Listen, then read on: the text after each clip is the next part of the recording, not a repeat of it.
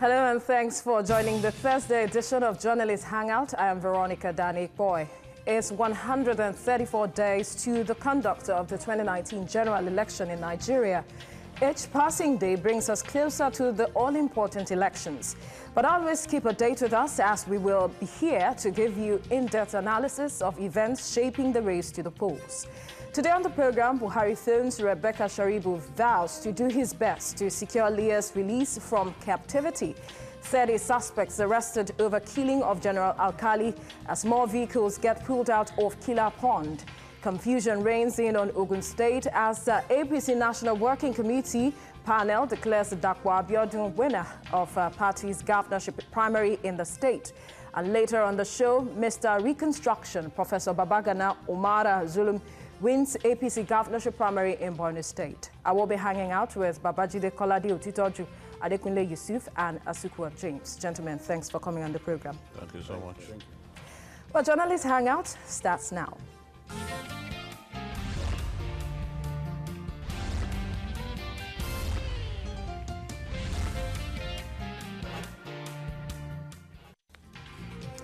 Well, certain telephone calls at difficult situations have been known to perform magic and turn things around for the better.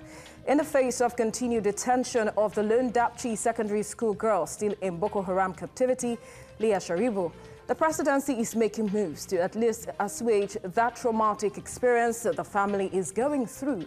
Presidential spokesperson Garba Shehu said President Muhammadu Buhari has made a telephone call to the mother, Mrs. Rebecca Sharibu. According to a statement, the president assured the Sharibus that government will do all within its powers to rescue Leah from her abductors. We do not doubt the efficacy of a phone call, should we? But before we answer that question, Jide, earlier this year I spoke with Nathan Sharibu, that's Leah's father, and he said right from when the incident happened until we had that interview on the news, no one called him. And now the president has reached out to him. He said even the state government did not reach out to him, and now the president has reached out to the family, especially the mother. But coming at this time, is it the right time, and is this enough to comfort a grieving mother? Yeah, I think the call is timely because many Nigerians saw how nearly 2 weeks ago, weeping over the rumor that the family was going to drag the federal government to court over the seeming nonchalance in respect of the release of Leah Sharibu from Boko Haram's den. And the woman was saying, look, we have no plan to sue the federal government. So she couldn't understand why anyone would invent that kind of lie, because that kind of lie has the potential of even discouraging the federal government from continuing its negotiations. As Lai Mohammed said to Nigerians about 5 months ago, the negotiations have been really, really tortuous, because here is a group approaching its end. So they will do whatever they can to squeeze as much money as possible out of the Nigerian government. They will do their best to get the Nigerian government to release as many of their people in detention. And it's a choice between the devil and the deep blue sea, because when you release them, when you release Boko Haram men in captivity, you see a spike in bombings, because a lot of the people, a lot of their men who are in detention they are bomb experts. So when you release them, there will definitely be a spike in bombings. We saw it before. So government has to really, really be careful. What should we concede to these merchants of death? Yes, we want Leah Sharibu released, but government has to be careful what it concedes to the group. And the group too, knowing that the government is desperate to ensure the release of this girl, and even the 112 Chibok girls still left in the hands of Boko Haram, they will be doing their best to extract as much as possible. Remember, the president said, complained after the first release of Chibok girls, that some of the things that happened that first time will not be allowed to happen again. So once you give them, you pay them ransom, for example, through a third party, definitely they will have sufficient funds to bring in weapons through the black market, most likely through Chad. And then we'll see them again attacking our troops in their army, in their bases. Then you see them attacking markets and other crowded places once you release their bomb experts. So it's, the negotiation has always been there. But I know that the government is trying its best to not do anything that it will regret in the end. But all right, Adekunle, remember the Boko Haram sent a message to the government written in blood, I think it was a month ago, and then they gave a time frame as to if Leah is not, if something is not done, Leah might, they might have to kill Leah, so to speak, sometime in October. And that was why the mother began to cry that the government is not doing anything. But then, this call coming at this time, do you share the same view that it is timely and it is effective? It is effective, but I don't think it is timely because when you look at it, the government may have been doing a lot of work under the ground, but the public needs to know, at least as much as possible, you carry them along. You will see a lot of groups trying to, you know, in Nigeria, we have an incredible capacity for mischief. You see some people, yes, you see some people trying to latch on to this issue to embarrass the government, to, you know, Nigerians. A lot of credible organizations coming, you know, trying to use this unfortunate, you know, case to embarrass the government. The government may have been doing a lot of, you know, work. But people are not aware. That is it. You need to continue to always communicate. It doesn't have to be at a time when the mother breaks down weeping, when you don't have to respond to that. If the family is abreast of what the government is doing, you can ask the family to just lie low, but keep them abreast of what is happening. Some people may be trying to, you know, get, you know, some cheap political gains from this. Don't bother. But the ultimate is get this young lady released. So far, the government has done very well in this matter, except that in the communication aspect, that's not too good. I expect the government to use the same method, the same determination, the same strategy they used in securing, you know, majority of, you know, Sharibu's colleagues in the same, you know, who are trapped in the same, you know, situation. But unfortunately, in Nigeria, you know, we love to, you know, to do a lot of things about religion. They say, oh, it's because she's a Christian, she refused to, you know, drop her Christian identity and all that. And that is the more reason this government must do everything to release, to get, you know, Sharibu released, so that it won't be, oh, because the president is a Muslim, and that was why he paid attention to the other, you know, abducted, you know. No. This government should do everything that is possible. Before election, this girl should be released. Asuko, before election, this girl should be released. That's what Adekunle is saying. But the president said that he's doing this. What he did, as the core, was to reiterate the government's determination to bring Leah back home safely. And the question I want to ask is, have we really shown that determination, like he mentioned, to bring Leah and even others in captivity back home safely? Well, I know the government, if the government was not showing determination, the 100 wouldn't have, you know, been released out of the, I think, 114 or 109, depending on the figures. But when you look at the time lapse between the time these people were released and now. Yeah, the danger, Veronica, the danger in trying to release one particular person, you know, in trying to use force, is even how will I put it, is more fatal, because it could be more fatal. So I think the government is trying to use the negotiation aspect And that might be why we are having, is taking a longer time. But time is of essence. Yes, we know. But it's better for us to, to look at how the government, just like we said, the communication is what we need the government to always do with the media. Oh, this is the effort we are making. We have gotten to this particular point, and they are not willing. And I'm very sure the other side, that is the terrorists, might be asking for something very, very difficult from the government, which the government might be looking at, oh, if we do this, it's going to, fall back on us. And the danger in us trying to also, the government trying to also prevent is also not to lose her. Because like the US policy, for instance, they don't negotiate with terrorists. Is in their national policy, they don't negotiate with terrorists. But I know France, Italy, Switzerland and co, they do it for their citizens. Because I know when the last time the US Navy tried to rescue one of their citizens, I think 2 of them, James Foley, for instance, in trying to do the mission, they beheaded him. Same with Linda Nogriff too in 2010, in trying to use the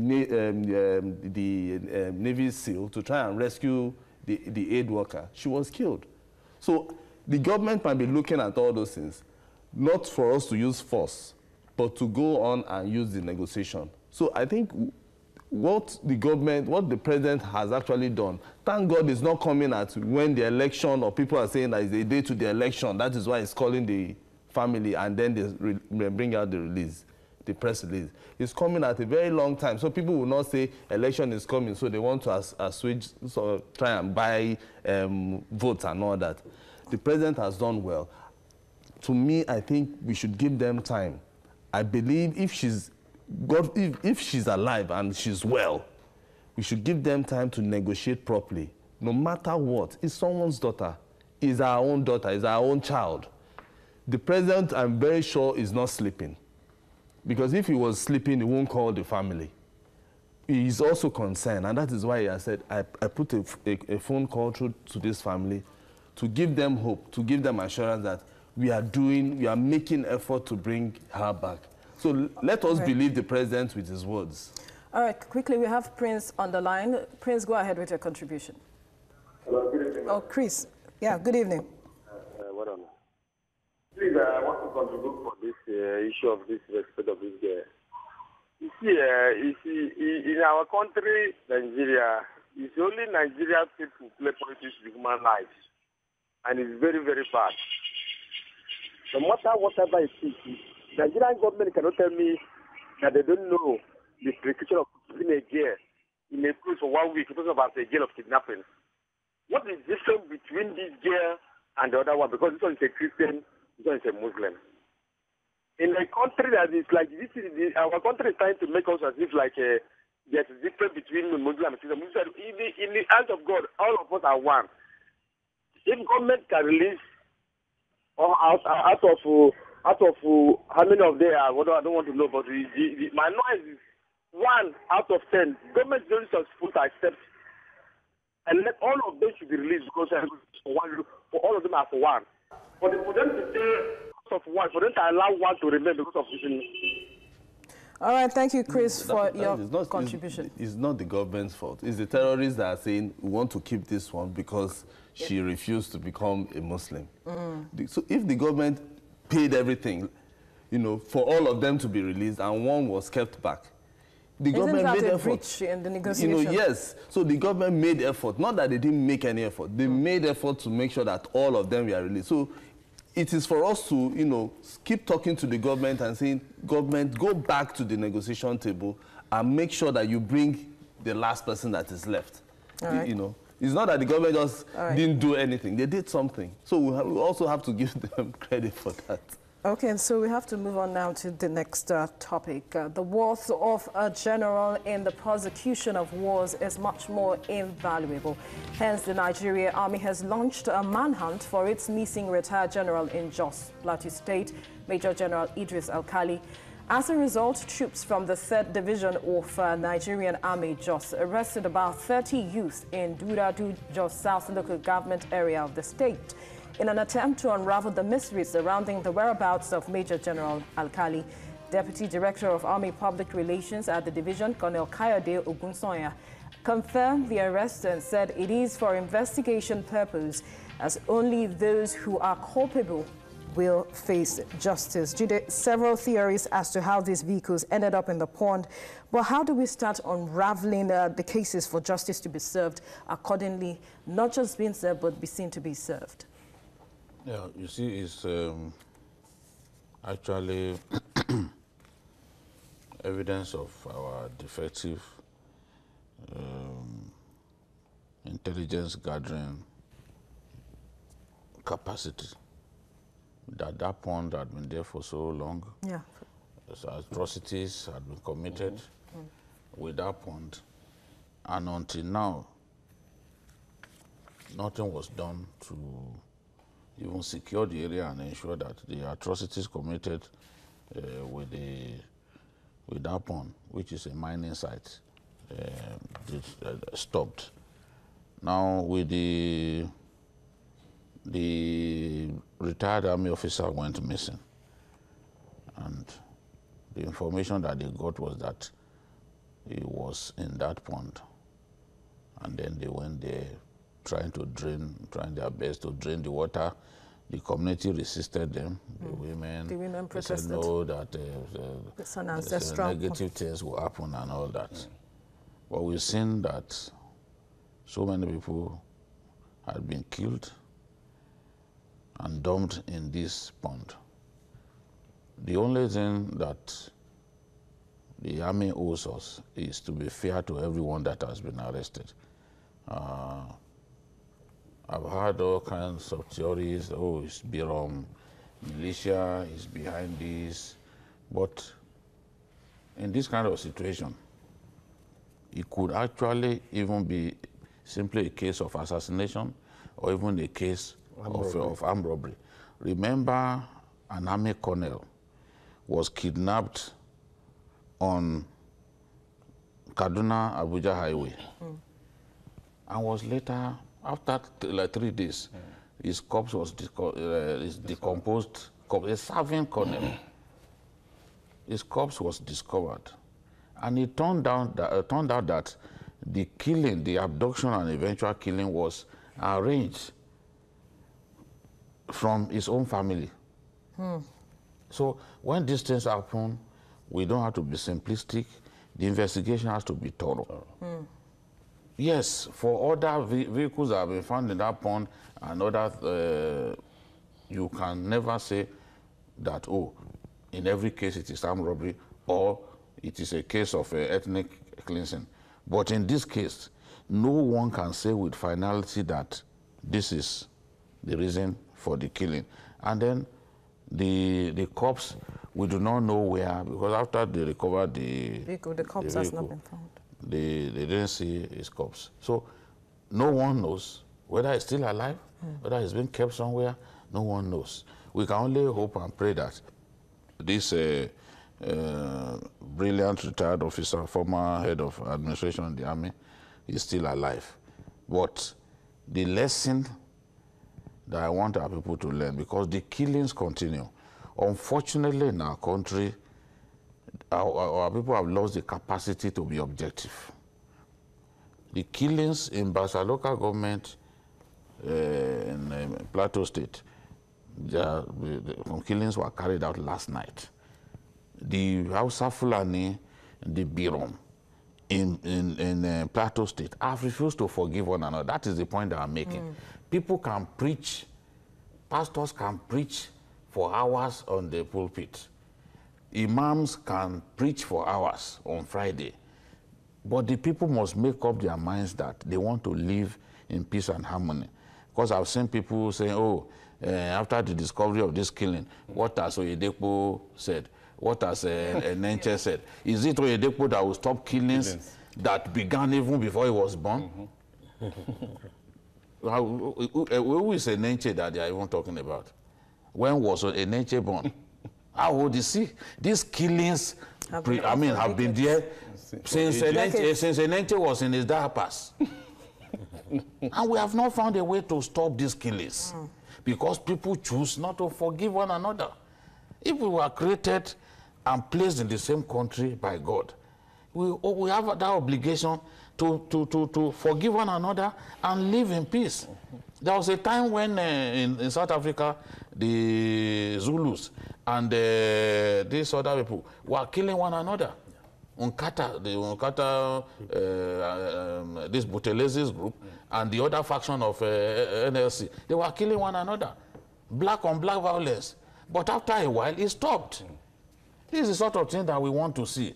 Since the early 2000s, even before then, since the 90s, just not especially, people have been wasted, people have lost their lives, properties have been destroyed. Yet we thought that one day these killings will come to an end. But it won't come to an end when someone remembers that, oh, his entire family was wiped out. And revenge fills his heart. Because in most cases, you see that people, they will come in the night, wipe out an entire family. All right. You know? The men usually, most of the time, is children and women that they find in those places when they come in the night. Because the men would probably have gone to defend another community. So we must find, peace has to be achieved. Government must step up efforts. Get all the contending groups to come together. Get the people who matter in the society to come together. Let these people agree that they will live in peace and identify the people who are fomenting trouble and serve justice on them. These killings have to end. All right. Adekunle, when the sting operation was carried out, where 30 suspects were arrested, knives, locally made swords, cutlasses, locally made barrel guns, pistols, Korean currency, and the likes were found during the operation. Now the people are scared that their sons, before this operation, they had, raised some elements of fear that the army could, pounce on them, and now they haven't. The army is yet to find the body, and it says it's going to go the whole hog to ensure that the body of this retired army official is found. How would you expect the Nigerian army to go about this investigation such that justice is carried out to the latter, not on anyone but those who perpetrated the act? I think do you know what I would like to see? I would like the army to look inwards. Of course, the tragedy took place in faraway Jos. But first of all, the army should look inwards. How do you mean? From what I've monitored so far, the army requested, for the call log on the day of the incident. It can actually be, extended even beyond. Because from what we had, the late Major traveled without his escort, without his driver. So what was the mission? Here is a guy who just retired a few weeks ago. About 2 weeks or whatever after, he ran into, a calamity. When I say look inwards, what were the issues before his retirement? Maybe some people were very, very uncomfortable. Maybe some people were this. All these things, you need to look into them. In the area where he had, this problem, is always a crisis zone for a very long time, criminality zone for a very long time. And because we, as a society, we don't value anything, we've refused to undo the problem of that area. Now, because a big fish, is now a victim, the entire, army infrastructure is now being used to, unravel this, the killers of. Fine, it's a good thing. We need to know who killed him and why. Because if you find the corpse without unraveling the cause of his death, yes, I am more particular about who did it, because that will help a lot in the way we see things, that maybe this crime was actually organized directly from one of the serving or no longer serving officers of the Nigerian Army. It may be, it may not. Then you go further in the criminality zone where this thing happened. What happened? When you said people are afraid, why wouldn't they be afraid? We know our country.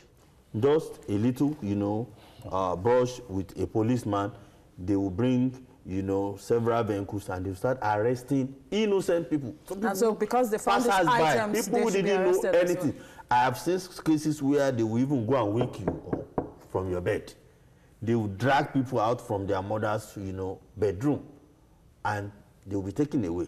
That is the police. They may never come back. They will never, and now that's the other fear that these people are now having. with the army, which parades the worst form of ruthlessness. I don't know what can happen. So people and the government needs to under this regime as well. The government needs, because they don't take it. No, we can't assume like that. They don't take instruction from the commander-in-chief when they want to do this kind of thing. No. So the government should just be, And so these items found will not be used as evidence against them? Because for you to say so and so killed so and so with this, it needs some forensic, proofs here and there. So this matter, maybe we should just, as Jide said, they should go the whole hog. When the army invaded Odi, it was Obasanjo who ordered the invasion. And I remember a journalist from, I think, Financial Times, during a presidential chat, asking Obasanjo why they had to go to that extent. And he was justifying it, that in your country, if the people got killed, admittedly what they did in Odi was wrong. They knew they had killed those 14 policemen, and they still collected ransom from government. So that's highly provocative. But you can't then now go to the place and begin to level the place, begin to kill innocent people. And one time they did the same thing in Zaki Biam. They even killed the uncle of the immediate past chief of army staff. Exactly. So I believe that President Buhari will not allow that to happen. There has to be discipline. Already the army has the global bad reputation for killing people extrajudicially. So then the army knows that if they should raid that village and begin to kill innocent people, then the international community, the alarm bells will start ringing again. All right, we'll quickly take this break and we'll continue with the discussion. Stay with us.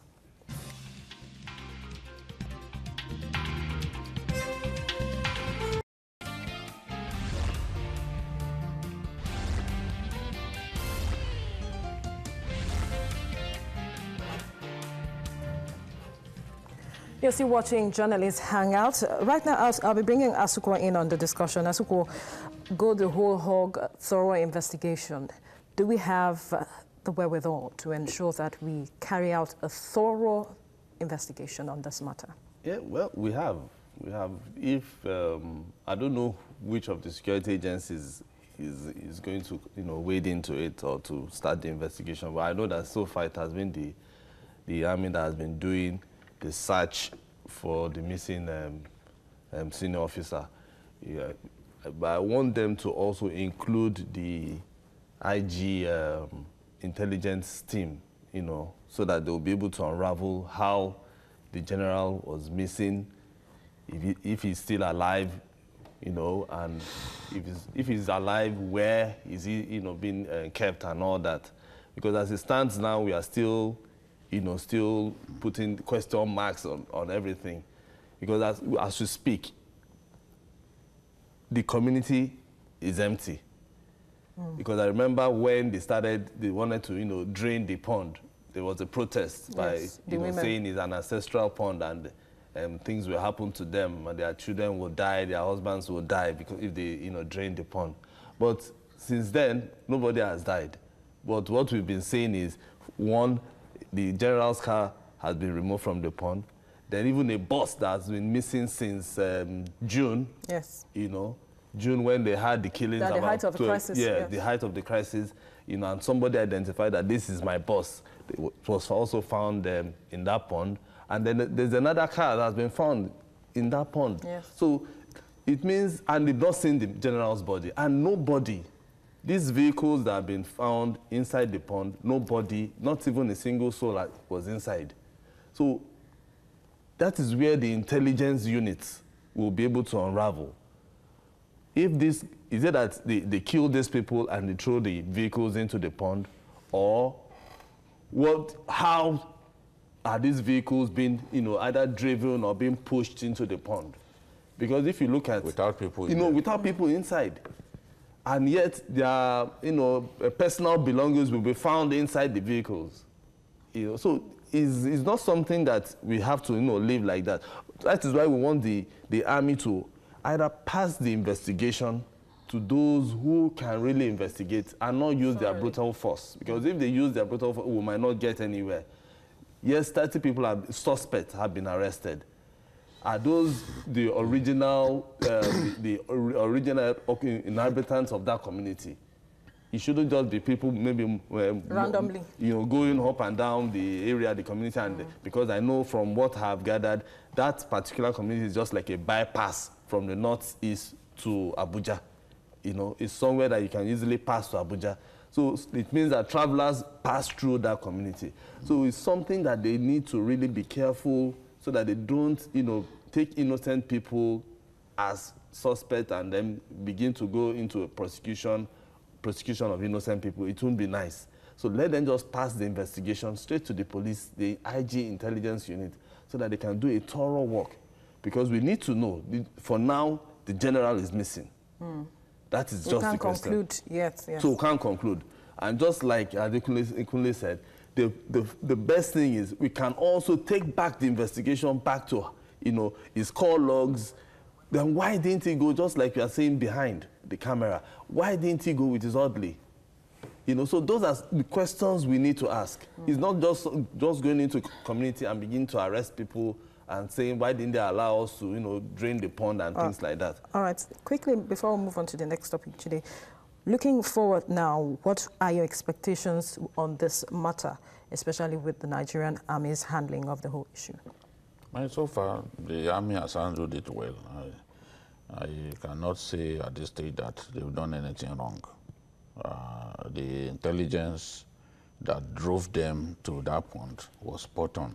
It's the sort of intelligence gathering that we want to see demonstrated in their handling of the Boko Haram carnage. I've always advocated for strategic intelligence being fused with operational intelligence, because our battlefield intelligence is simply not good enough. Otherwise, we will have dealt with Boko Haram.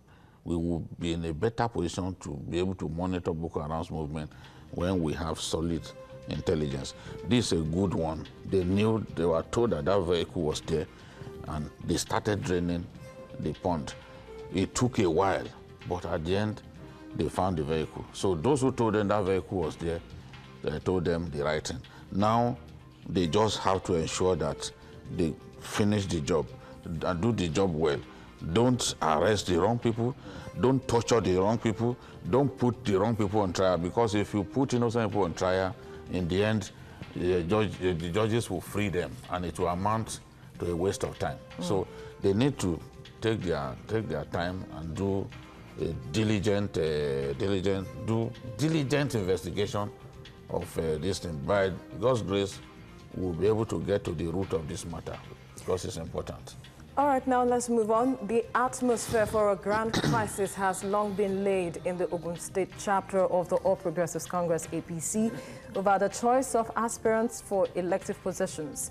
The battle for the APC governorship ticket appears to be generating the most heat, with two parallel primaries, two different winners, and same set of contestants.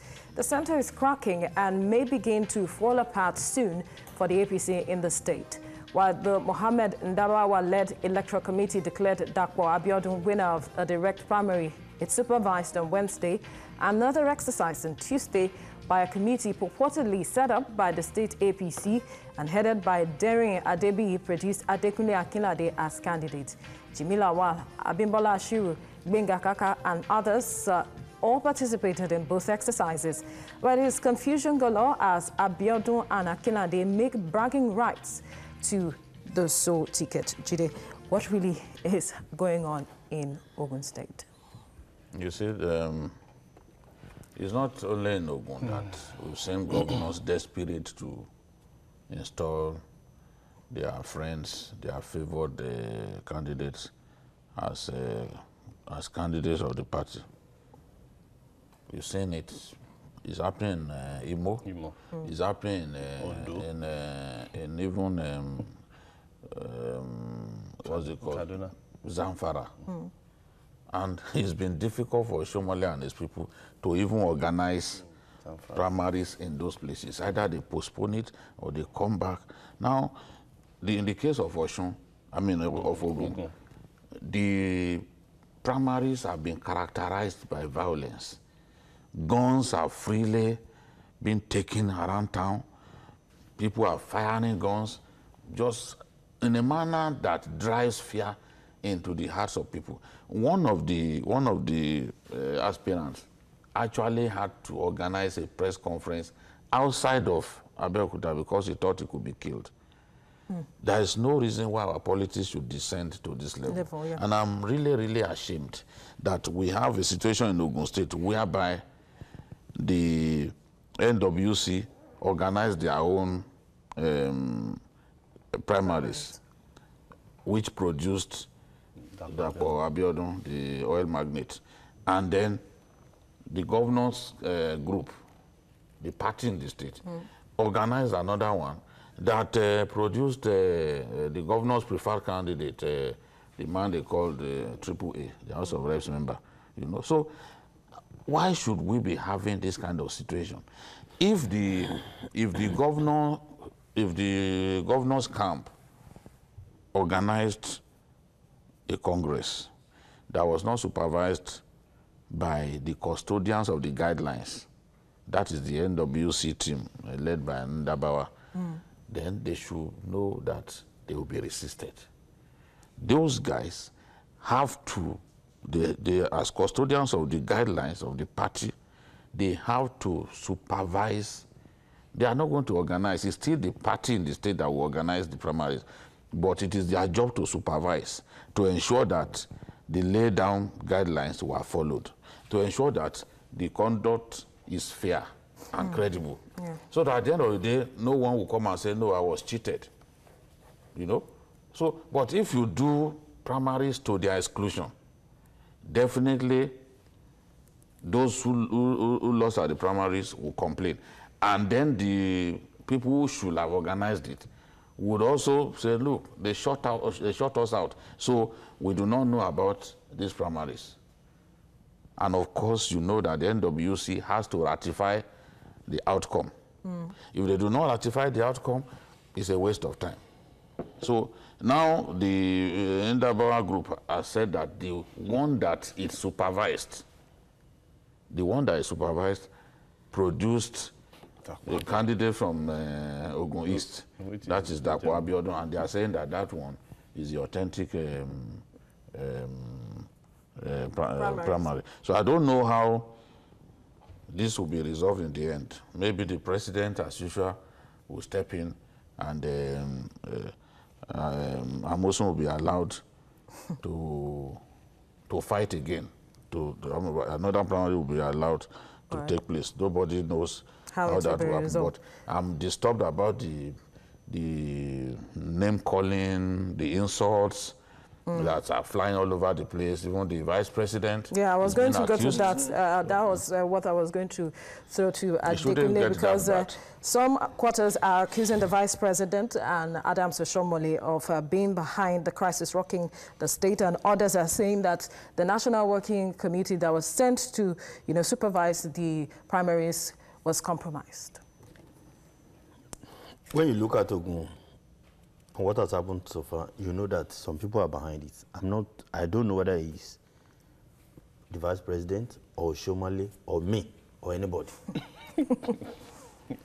You from there? But you need to go and see what the model of primaries of APC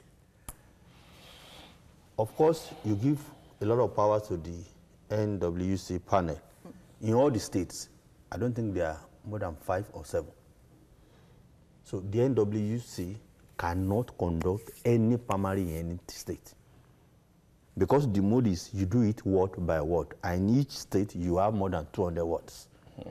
So they don't have the manpower, they don't have the resources. So look at Lagos. Let me give you an example. What happened in Lagos? It was done twice. The first one had almost concluded before, information, reached out to everybody. World level that no, it's tomorrow. Then they stopped it. Then the second day, they did it, and the NWC was still in that hotel. That was why there was a little stalemate. But because some people were not behind it, let's assume so, the NWC, which had earlier disqualified, cancelled, did what? Did they vote and do what? Approved what has been done. In Ogun State, what is happening? If you speak, to the stakeholders, it's high wire politics between political gladiators and within the ruling party, APC. Whoever is the president of Nigeria from that party is the national leader of that party. Then at the state, that's the convention they use. The governor is being regarded, the governors are regarded as. Then the governors cannot conduct, even if he has, a preferred candidate. All right. What they normally do. So why is the breakdown between the relationship within NWC and Ogun State chapter of the APC? That is why the highest level, of APC, we need to do something fast. Because that state is like Lagos. It's critical. You have several political gladiators. And it's critical to the re-election of President Muhammadu Buhari. All right. So that's... Asukwa, how do you see this matter being resolved? Veronica, I think the APC has a lot of work to do. The national chairman has serious work to do. Shouldn't it have been, whatever issues, shouldn't it have been resolved before the primaries? Yeah, well, that is before the primaries. Because for Ogun State, I remember the governor coming out, a reporter sending a clip where the governor was reading out names and even consensus that this is the names you want to. All the National Assembly members, he was just reading out the names. You can't do that. And that is where the problem started, to me, because you can't be a dictator when you have people who will always want to, follow you in one way or the other. To make it short, the guideline is even that if you want consensus, yes, then nobody should say no. No stakeholder must complain. Yes. You must achieve unanimity. If you can't achieve unanimity, then you must go for direct primaries. And they adopted direct primaries. No, this is it. No, they now overruled them. They overruled it. That this consensus you can't do it because other people, even one of Amosun's commissioners, Ashiru, was opposed to the thing, and he decided that he was going to contest. Because even right there, we have the clip. He was saying he's taking it to Abuja now, and people were saying, and saying, no, why? Yeah, I remember that clip. Him, so that is where you now know that, there's a problem. And then the Akila, it's not his fault. It's not his fault because to me, I think the governorship position should now be going to their side, which is the Ogowata side, Yawa, but it's just, it didn't come at the right time, or it didn't come at the... So you do not see a solution at the right time, but it's not this is the right time. The situation is the governor must play his politics right. Right. You must achieve unanimity. All right. Because even if you don't achieve unanimity, you want to force a candidate on everyone, then the party is at risk of even losing the election. Okay. So this is the issue. I don't think that people generally don't think that power should go to that side. To the Yewa side. Because some parties have even come up with candidates from that side. So the feeling is that this is their time. But you must get everybody pulling in the same direction with you. That is the essence of it. And if you can't achieve that, then the national leadership will step in. All right. Look, as we were coming here, I just got information again that the primaries of the government primaries in Zamfara has been cancelled again. Yes. So when governors sit back and allow the process to be transparent, that is in choosing who succeeds them, we won't have this problem because they are the ones who are causing this problem. They want to insist on who becomes a senator, who becomes a House of Reps member, and who becomes their successor. That is the problem. And things can't continue that way. It can't continue. It can't continue. All right, let's move on now. After crisis of whatever nature, people look up to leaders that will lead their countries on the path of reconstruction and reconciliation. From Dwight Eisenhower of America to Winston Churchill of Britain, the world has witnessed leaders who ruled and led their countries out of the ashes of war, pestilence and destruction. Borno State, northwest Nigeria, is threading this path as after the All Progressives Congress APC picked Professor Babagana Umara Zulum, popularly called Mr. Reconstruction, as its governorship candidate in the 2019 elections. Professor Zulum, who is reputed to be the brain behind the rebuilding of the insurgency turned Borno, beat more than 20 other aspirants to clinch the ticket in a keenly contested primary election. Here on Journalist Hangout, Babajide Kolade Otitoju rightly predicted the winner. Let us take you back to our discussion on Tuesday, September the 25th for the verdict. I can predict that one of the Kashim boys, as they are called, will emerge the winner of this potentially tough contest. Already, though Shetima has not opened his mouth to say, I'm backing so person, but feelers in Borno State suggest that he's commissioner for reconstruction, rehabilitation, and resettlement. Professor Babagana Umara, amongst them all, he appears to be someone who has worked extremely hard because the governor has been passionate about reconstructing communities destroyed by Boko Haram and having people leave the IDPs and go back to their ancestral homes. And Umara has been the one leading the line in making this happen. NGOs in the state picked up his form. They bought a form for him because the NGOs have worked with him and they believe that, look, this is a person that they can support. So should we call you the prophet now? But how are you so certain that he was going to, come successful in the primaries? No, it's about trying to know what's going on in that place. I know that the governor did extensive consultation. He spoke with traditional rulers, spoke with academics, spoke with all kinds of people. And he was looking for someone who is honest. Umara does not have a home. He still lives in a rented apartment. He was looking for someone who can carry on the work. Look, this is a man who even places where soldiers are scared to go, like Mate local government, where Boko Haram runs riots. He's been going there trying to build shelter for people.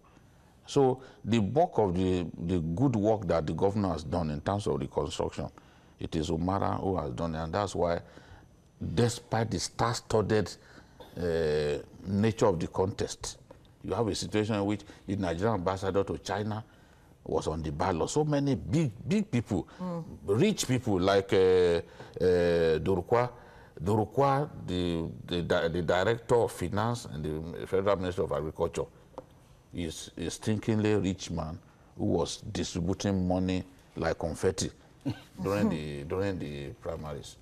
But at the end of the day, I think he scored 114 votes. And Umara, the choice of the governor, eventually won. I was thinking that between Umara and the Commissioner for Justice, Kakasho, the governor would pick someone. But something told me that it could well be Umara, and that's what has happened. So wish him good luck. All right. But some are calling for a cancellation of that primaries. that they didn't have access to the list of delegates, and they were not given, time to, verify the lists of the delegates for this primaries. You see, what I know for sure is this kind of things will continue because I don't know what happened. We don't seem to know that when you allow a man to become governor, 4 years, 8 years, and he also wants to use that same power, that office, to influence who will take over from him. It's not good for any democracy.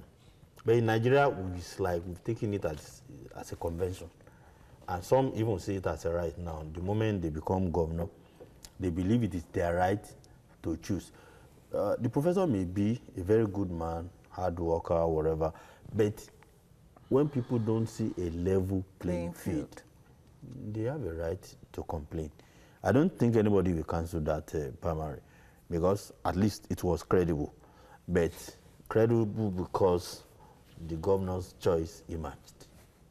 The bulk of the contestants were happy. Yes. With the outcome. Yes, and they congratulated him. So if one or two persons... I agree. The influence of cash, the influence of power, everything. No, if you look, Durukwa spent more money than anyone. But there is politics in everything. There is ethnicity. It comes from Borno South. How many local governments make up Borno South? I think about 5, if I'm correct. Because that's where you have Goza, Chibok, and those communities dominated by Christians. There are not many. And he was the only candidate from that end. So how will he survive amongst these other people? 18 others. How will he survive? Whether we like it or not, the Kanuris dominate Borno. Yes. Unless there's a decision among stakeholders that, look, let power shift. As long as politics is the game of number, they will continue to produce the government. And once they see that, okay, it's the require that is coming, it's from Borno South, from minority, they will not vote for him. So he even tried that. It's the fact that he spent stupendous money that made him to even score 114 votes. After all, some people scored 0 votes. And the ambassador, I think, scored only 1 vote. He only voted for himself. No, because the Omar Zulum, several times I get script from my reporter there, and it's always reconstruction, rehabilitation. I was wondering, who is this man that is always having you know? So when I heard that he won, I said, oh, is this man, And then the prediction by Prophet BKO too, that it's going to be this one. I said, okay. Call him fool because some people may not know who BKO is. Let them go. They know. So it's just, for me, I think the other contestants should just work with him, From what I heard, from my reporter, he's been the only one who goes to the war-torn zones, sometimes without even the military. He will go there, take relief materials to IDP camps without the governor knowing. And so if you have someone who is as passionate as just pray that it remains like that. That's another thing. I pray that it remains like that. If you have somebody as passionate as that, doesn't change it. I think he's going to. I think it's just inborn because for the NGOs to say they want to buy him nomination form, it tells a lot they about know the that person. they don't have the money now. So it tells a lot there are about still decent him. people in our country. I was talking about Ahmed Daku the other day because it's not the president alone that is decent, that has integrity. There are other Nigerians who will never steal anybody's money. Yeah. All right. And Ahmed Daku is one of such people. He's a Malam, thorough Malam. Even Shekarau in Kano, thorough Malam. Shekarau left government house. He didn't have a house of his own. They had to build a house for him. He can't steal your money. All right, quickly, Adekunle, your final words on the topics. I wish the winner of the eventual, victory, at the polls. And I don't want him to change because of power. Yes. He must not change. That is it too. He must not change. He can't If he change. changes, we will fight him. I don't want him to change because power changes people. No, It's like alcohol. But that is what we are also praying. What he has been doing is selfless. Yeah. So we want him to continue when he gets into power. Service of the Borno Yeah. people. And passion. Jide, any more final words? Yes, I congratulate Borno people. They found a hard worker. And it's a one-party state. It's always been like since 1999. We've always voted the same way. So we can even congratulate the prof. Yeah. In advance. In advance. Successor in waiting. As governor-elect. As governor-elect. All right, gentlemen, we have run out of time, but I must thank you for your contributions on the program.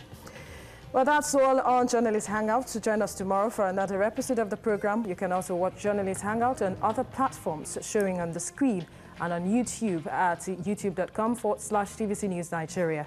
Our feedback channel is Journalist Hangout at tvcnews.tv. I'm Veronica Danik Boy. Bye for now. God bless Nigeria.